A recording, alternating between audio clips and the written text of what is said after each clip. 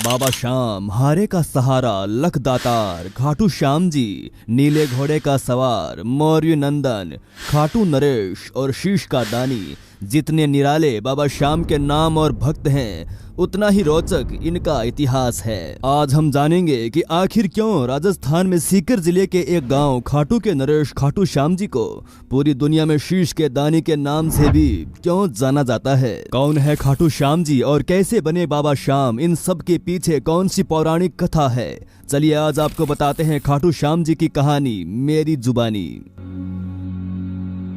कौरव वंश के राजा दुर्योधन ने निर्दोष पांडवों को सताने और उन्हें मारने के लिए लाक्षागृह का निर्माण किया था, पर सौभाग्यवश वे उसमें से बच निकले और वनवास में रहने लगे। एक समय जब वे वन में सो रहे थे, उस स्थान के पास ही एक हिडम्ब नाम का राक्षस अपनी बहन हिडिम्बी के साथ रहता था। तब उनको मनुष्य यानी पांडवों की गंध आई, तो उन्हें देखकर यह राक्षस अपनी बहन से बोला कि इन मनुष्यों को मारकर मेरे पास ले आओ। अपने भाई का आदेश पाकर वे वहां आई, जहां पास ही सभी भाई द्रौपदी सहित सो रहे थे और भीम उनकी रक्षा में जाग रहा था। भीम के स्वरूप को देखकर हिडिम्बी उस पर मोहित हो गई और मन ही मन ये सोचने लगी कि मेरे लिए उपयुक्त पति यही हो सकता है। उसने भाई की परवाह किए बिना भीम को पति मान लिया और कुछ देर बाद हिडिम्बी के वापस ना लौटने पर हिडिम्बासुर वहां आया और स्त्री के सुंदर भेष में अपनी बहन को भीम से बातें करता देखकर बड़ा क्रोधित हुआ। उसके बाद हिडिम्बी के अनुनय विनय से माता कुंती व युधिष्ठिर के निर्णय से दोनों का गंधर्व विवाह हुआ। उपरोक्त अवधि के अंतर्गत हिडिम्बी गर्भवती हुई और एक महाबलवान पुत्र को जन्म दिया। बाल रहित होने से बालक का नाम घटोत्कच रखा गया। हिडिम्बा ने कहा कि मेरा भीम के साथ रहने का समय समाप्त हो गया है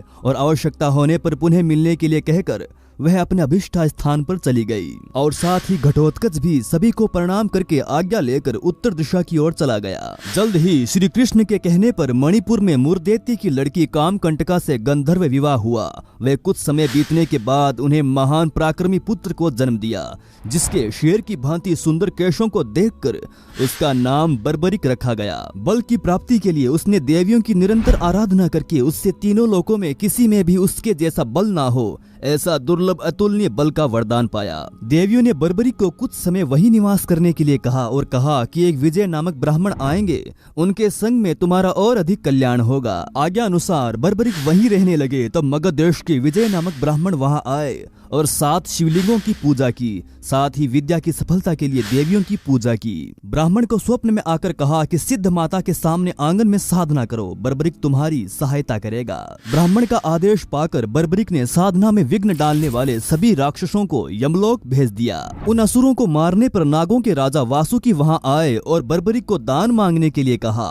तब बर्बरिक ने विजय की निर्विघ्न तपस्या सफल हो यही वर मांगा। ब्राह्मण की तपस्या सफल होने पर उसने बर्बरिक को युद्ध में विजयी होने का वरदान दिया। उसके बाद विजय को देवताओं ने सिद्धश्चर्य प्रदान किया। तब से उनका नाम सिद्धसेन पड़ गया। कुछ काल बीत जाने के बाद कुरुक्षेत्र मैदान में कौरवों और पांडवों के बीच में युद्ध की तैयारियां होने लगी। इस अवसर पर बर्बरिक भी अपने तेज नीले घोड़े पर सवार होकर आ रहे थे। तब रास्ते में ही भगवान श्री कृष्ण ने बर्बरिक की परीक्षा लेने के लिए ब्राह्मण के भेष में उसके पास पहुंचे। भगवान ने बर्बरिक की मन की बात जानने के लिए उससे पूछा कि तुम किसकी ओर से युद्ध लड़ने आए हो। तब बर्बरिक ने कहा कि जो कमजोर पक्ष होगा उसकी ओर से युद्ध मैं लड़ूंगा। भगवान ने बर्बरिक से कहा कि तुम 3 बाणों से सारी सेना को कैसे नष्ट कर सकते हो। तब बर्बरिक ने कहा कि सामने वाले पीपल के पेड़ के सभी पत्ते एक बाण से ही निशाने हो जाएं और दूसरा उसे बेध देगा। श्री कृष्ण ने मुट्ठी वे पेड़ के नीचे 2 पत्ते छिपा लिए, पर देखते ही देखते एक बाण से क्षण भर में सब पत्ते बींध गए।